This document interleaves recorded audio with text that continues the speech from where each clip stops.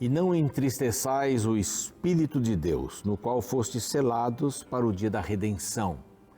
Esses são aqueles conselhos rápidos, exortações de Paulo, aqui no livro, ou na carta, digo melhor, aos Efésios, capítulo 4, no verso 30 aqui, verso 30. Nós lemos o do 25 em diante, cada um conselhozinho, a mentira, a ira,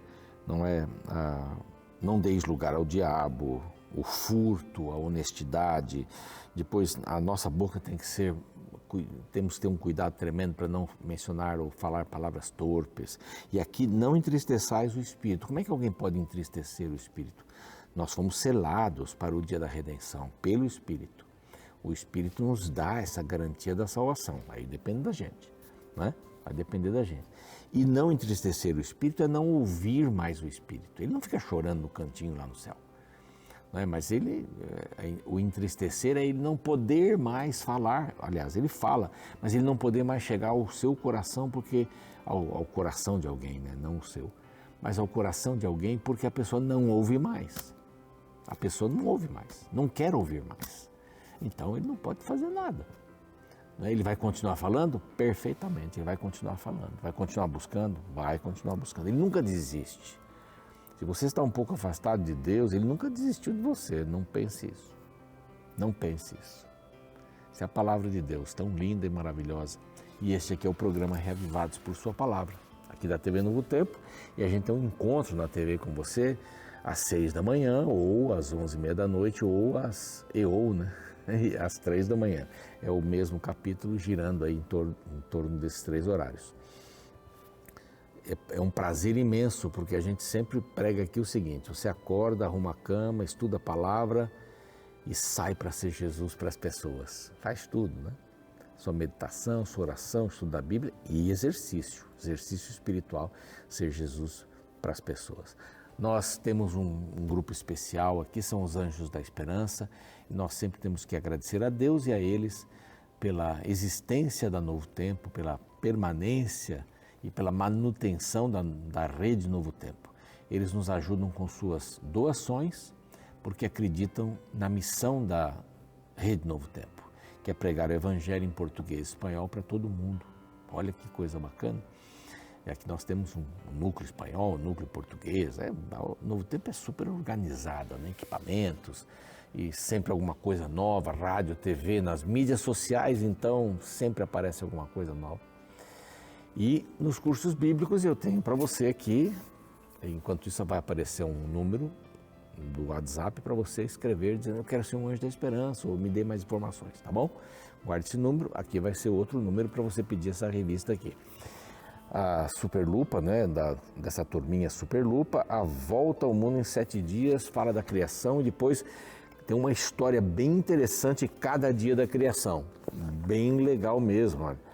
Aqui quando foram criados os astros e tem sempre alguma coisa, uma curiosidade, é muito legal, muito bacana.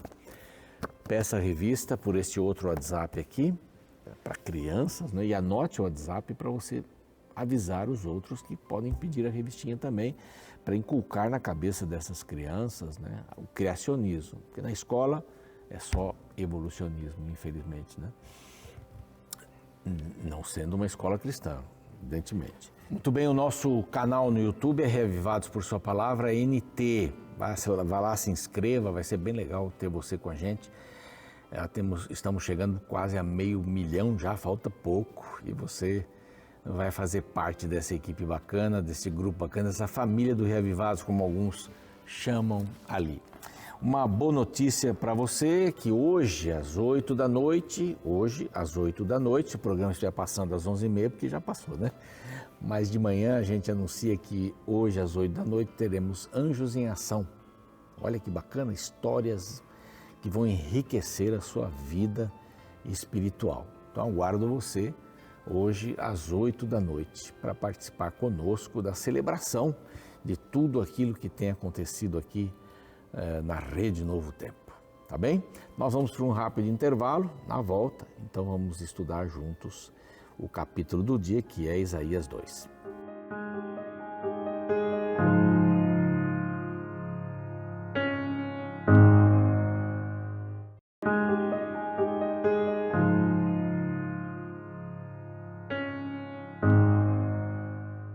Muito bem, já estamos de volta com o programa Reavivados por Sua Palavra. Hoje, Isaías capítulo 2. Isaías é um livro extraordinário. Nós vimos aqui no último programa, se você quiser rever, né, o último programa para ver a introdução, para escutar a introdução e ver também as partes que são divididas no livro, os objetivos e os reis que passaram. Isaías pegou uma porção de reis, né, de Judá, lá em Jerusalém, porque essa era a sua função. Oséias estava lá em cima, no Reino do Norte, né, Israel, a capital era Samaria, e estava lá também bombardeando o reino com as mensagens de Deus.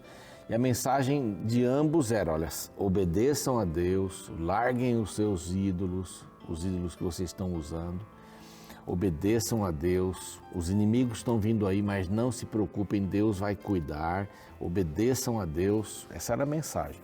Vocês foram longe demais, há o pecado entre vocês, o orgulho, etc.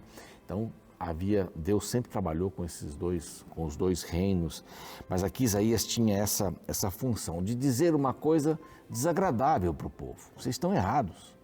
Mas o povo ia para os sacrifícios, sacrificava, fazia as festas espirituais, as luas novas e tudo mais, e Deus disse: basta, isso daí não está legal, vocês vão só para fazer o formal, o coração está longe. Então venham, vamos arrazoar, o verso 18, né, do capítulo 1, vimos ontem, vamos arrazoar, vamos conversar, eu posso perdoar os pecados de vocês desde que vocês se arrependam, a gente vai conversar, venham, vamos conversar. E Isaías fica equilibrando, ele dá a mensagem dura de que o povo está perdido, de que isso e tal, e dá a mensagem da graça de Deus, Deus perdoa e tal, não tira a consequência, mas Ele perdoa. Não se importem com os inimigos que estão vindo aí, Deus vai cuidar disso. Aliás, Deus sempre cuidou dos inimigos de Israel, né? Deus sempre cuidou. Quantas batalhas foram vencidas, inúmeras batalhas, e milhares de soldados dos inimigos morreram ou fugiram, sem o povo, sem o exército de Israel se vangloriar pela vitória obtida, né? A primeira grande batalha contra Jericó. Quem ia derrubar Jericó? Quem ia derrubar os muros? E uma coisa tão tola de criança: vamos soprar trombeta aí, vamos tocar trombeta, vamos dar a volta na cidade, para que todos soubessem que a força não estava nos soldados, que a força não estava no povo, mas estava em Deus. É isso que Deus também quer hoje de mim, quer de você também, que a gente acredite que Ele pode, e Ele tem o tempo dele, né? Tem o tempo dele. E aqui Isaías vivia insistindo. O capítulo 2 são promessas de Isaías, na realidade são promessas de Deus, e há 3 frases importantes aqui nesse capítulo 2. A primeira está no verso 2, é casa do Senhor. Casa do Senhor. A segunda está aqui no verso 12, mas antes do 12 já fala sobre isso, lá no 6 já começa a falar sobre isso. É o dia do Senhor, dia do Senhor dos Exércitos, né? Dia de juízo, dia de juízo. E a outra nós vamos encontrar no próximo capítulo, e a gente vai deixar para o próximo capítulo aqui. Esse é o bloco, né, que eu estava mencionando, do bloco, essas promessas de Isaías. Então vamos lá, casa de Deus. Primeiro, ele falou sobre o julgamento, não é? E a redenção de Jerusalém, é a última parte do capítulo anterior que nós vimos, né? Os príncipes são rebeldes, são ladrões, eles subornam, eles não cuidam dos órfãos, eles não cuidam das viúvas. Foi uma mensagem forte. Termina assim: ambos arderão juntamente e não haverá quem os apague. Então, quer dizer, a coisa feia, está ficando feia. Agora vem uma mensagem, a glória futura. Então, é isso que Deus faz na sua palavra, né? Vai haver justiça? Vai, mas tem misericórdia. Mas vai haver justiça, mas também tem misericórdia. Esses dois lados. Então, isso que é o interessante da Bíblia. Tudo depende das ações e há consequências para cada ação. Uma ação boa tem consequências boas, uma ação ruim tem consequências ruins. É isso. Isso daqui é o que está bem claro aqui nisso. Então, Casa de Deus é o título que nós demos aqui. Tem a palavra, a visão, a respeito, sempre a introdução de Isaías, tal, a respeito de Judá e Jerusalém. Pronto, é isso aí. São duas tribos que estão ali, que estão na parte sul, não é? Benjamim e Judá. Essas são as duas tribos que ficaram, e as 10 tribos ficaram para o norte e se apostataram mais rápido, tanto foram destruídas mais rapidamente também. Bom, nos últimos dias acontecerá que o monte da casa do Senhor será estabelecido no cimo dos montes e se elevará sobre os outeiros, e para ele afluirão todos os povos. Aqui nós vamos encontrar nesse capítulo essa ideia. A casa do Senhor vai estar num monte elevadíssimo, né? A casa do Senhor pode estar num monte elevado. A casa do Senhor pode subir. Daqui a pouco nós vamos ver aqui, quando falarmos aqui a partir do verso 12, que Deus é contra o soberbo, aquele que cresce. Quem é que pode crescer? É Deus. É a casa do Senhor. Aqui não tem nada a ver com a igreja, essa casa do Senhor aqui é diferente, a igreja é diferente disso. A casa do Senhor era a presença do Senhor, ele estava Shekinah, ele estava uma porção de coisas. Os elementos todos. Hoje a igreja é a casa de oração para todos os povos. Ela mudou, não tem essa... Não que não tenha essa visão sacra e tudo mais, não, é um elemento separado, sem dúvida, mas não tem essa visão que tinha aqui a casa do Senhor, é diferente, né? Eu já tenho falado isso outras vezes, mas ela seria o centro do mundo, ela pode subir, ela pode ser enaltecida, o nome do Senhor pode ser enaltecido, o meu não, mas o nome do Senhor pode.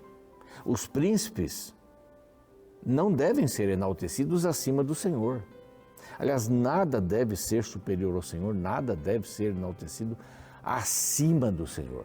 E aqui diz que vai ficar sobre os montes mais altos. E outra, muitas nações dirão: vinde e subamos ao monte do Senhor e à casa do Deus de Jacó, para que nos ensine os seus caminhos e andemos pelas suas veredas, porque de Sião sairá a lei e a palavra do Senhor de Jerusalém. Então, irão muitas nações para... Essa era a visão, né?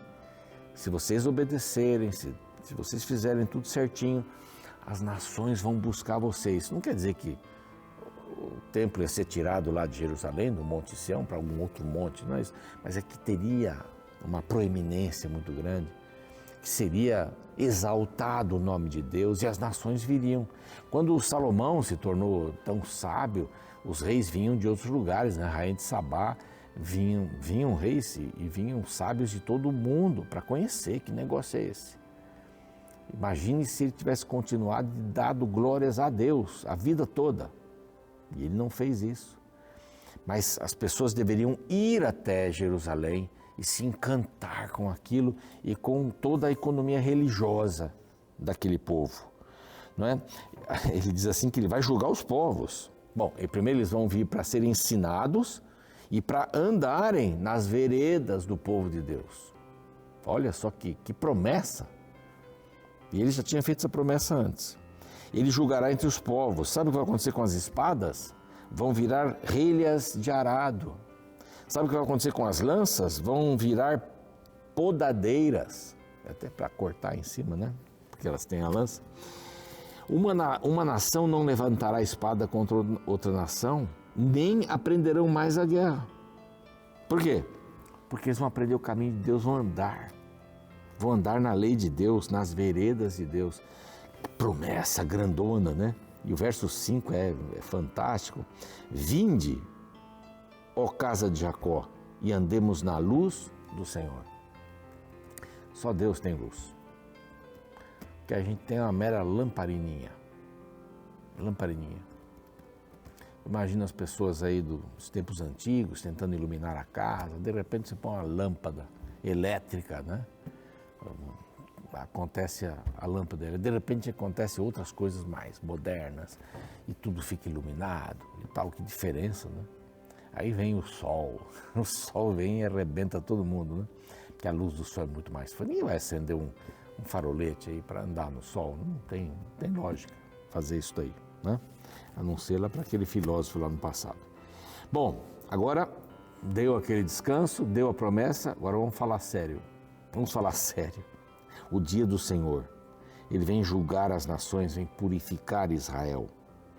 Pois tu, Senhor, desamparaste o teu povo, a casa de Jacó, porque os seus se encheram de corrupção, olha que importante, de corrupção, da corrupção do Oriente, e são agoureiros como os filisteus e se associam com os filhos de estranhos. Então aqui, o Senhor desamparou, se afastou do povo de Israel. Será que Deus fugiu do povo de Israel? Não, o povo de Israel não precisava mais dele. O povo de Israel não ia mais até ele. Desprezou-o. O povo de Israel o desprezou. Agora, eles estavam sozinhos. E por quê? Porque eles se encheram da corrupção do Oriente. Qual era a corrupção do Oriente? Eram os deuses do Oriente. Eram os costumes do Oriente. Era o casamento do Oriente. Era a visão do sexo do Oriente. Era a visão do ter coisas do Oriente. E hoje? Será que essas coisas estão batendo na nossa porta? Será? Será que estão batendo? E se estão batendo, estão conseguindo entrar? As coisas do Oriente, a maneira de educar filhos, a maneira de se relacionar com o cônjuge, a maneira de fazer negócios, a maneira de viver a religião. Será que nós estamos pegando costumes do Oriente?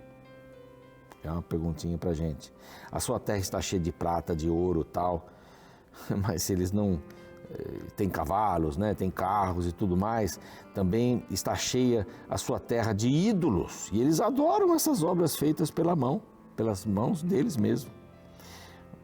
De repente ele diz assim: eu vou atrás de vocês. Eu vou atrás de vocês. Vocês precisam ser admoestados severamente. Os olhos altivos dos homens serão abatidos, verso 11. Sua altivez humilhada. Só o Senhor será exaltado naquele dia. Eu falei aqui da casa do Senhor, né? Agora estamos no dia do Senhor. É o dia do ajuste de contas, que é o dia em que eles seriam atacados pelos assírios, né, e mais tarde depois pelos babilônios, mas aqui pelos assírios. Eles iam ser humilhados pelos assírios. E aí diz assim: porque o dia do Senhor dos Exércitos será contra todo soberbo, contra todo aquele que se exalta, contra todos os cedros do Líbano, altos, contra todos os carvalhos fortes, contra todos os montes altos e contra todos os outeiros elevados, contra toda torre alta e contra toda muralha forte, contra todos os navios de Tarsis, que eram os mais desejados, e contra tudo o que é belo à vista. A arrogância do homem será abatida, a sua altivez será humilhada, os ídolos serão destruídos. Então os homens se meterão nas cavernas das rochas e nos buracos da terra, diz aqui. Naquele dia os homens lançarão esses ídolos de ouro, esses ídolos de prata.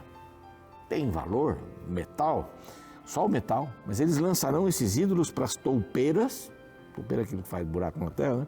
Para os morcegos, esses ídolos de prata, de ouro, tal, e meter-se-ão nas fendas das rochas, vão se esconder, porque os assírios vão vir. Aqui ele estava falando sobre os assírios.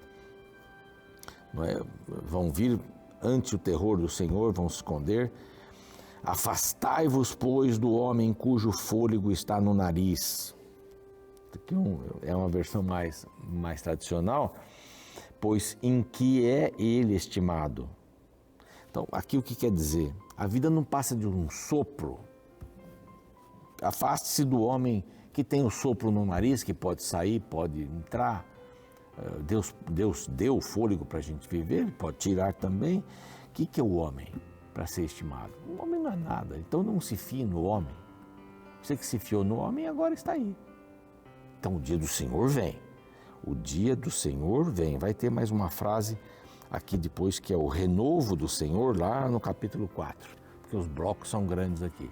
Mas essas duas frases acontecem aqui. as frases, as promessas que Isaías veio trazer da parte do Senhor. Então, a casa do Senhor vai ser exaltada, todos virão, a promessa, se o povo cumprir a parte dele, mas também virá o dia do Senhor. Misericórdia e justiça. Cada um vai receber aquilo que semeou e plantou. Você está semeando o quê? O que você está plantando? Exatamente é o que você vai colher. Que sejam sementes boas, a semente do Evangelho no seu coração. Vamos orar? Pai amado, te agradecemos pela vida, pela paz que o Senhor nos dá em Cristo Jesus.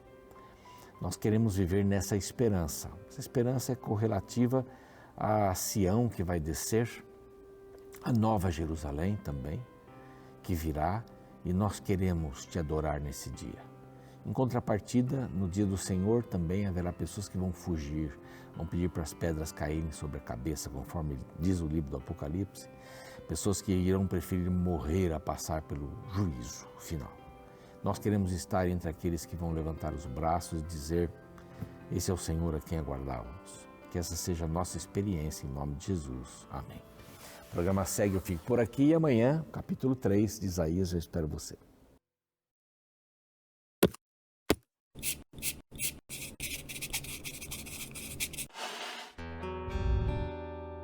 Um dos temas mais apresentados na Bíblia é o problema do orgulho.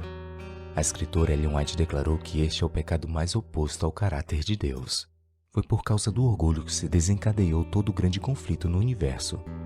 E é por causa do orgulho que ainda grandes conflitos são travados em nossos dias.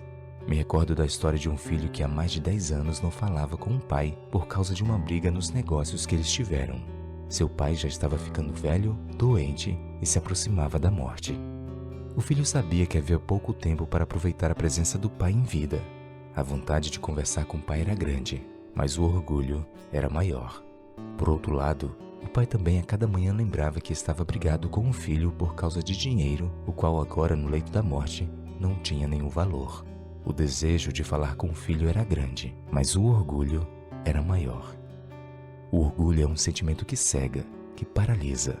Pouca esperança há para os orgulhosos determinados a não mudar. No segundo capítulo do livro de Isaías, encontramos diversas referências ao dia do Senhor.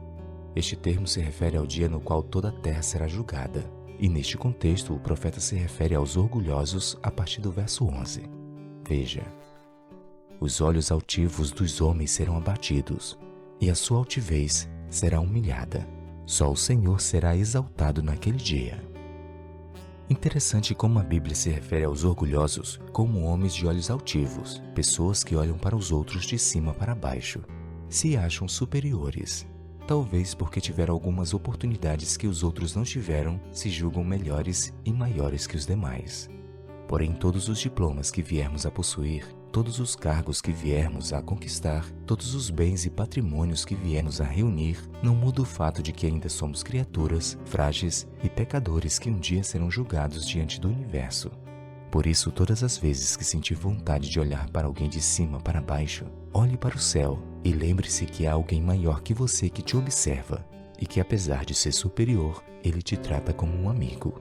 Finalizo com um interessante pensamento de John Welch que diz: aprendi que o homem só tem direito de olhar para o outro de cima para baixo para ajudá-lo a levantar-se.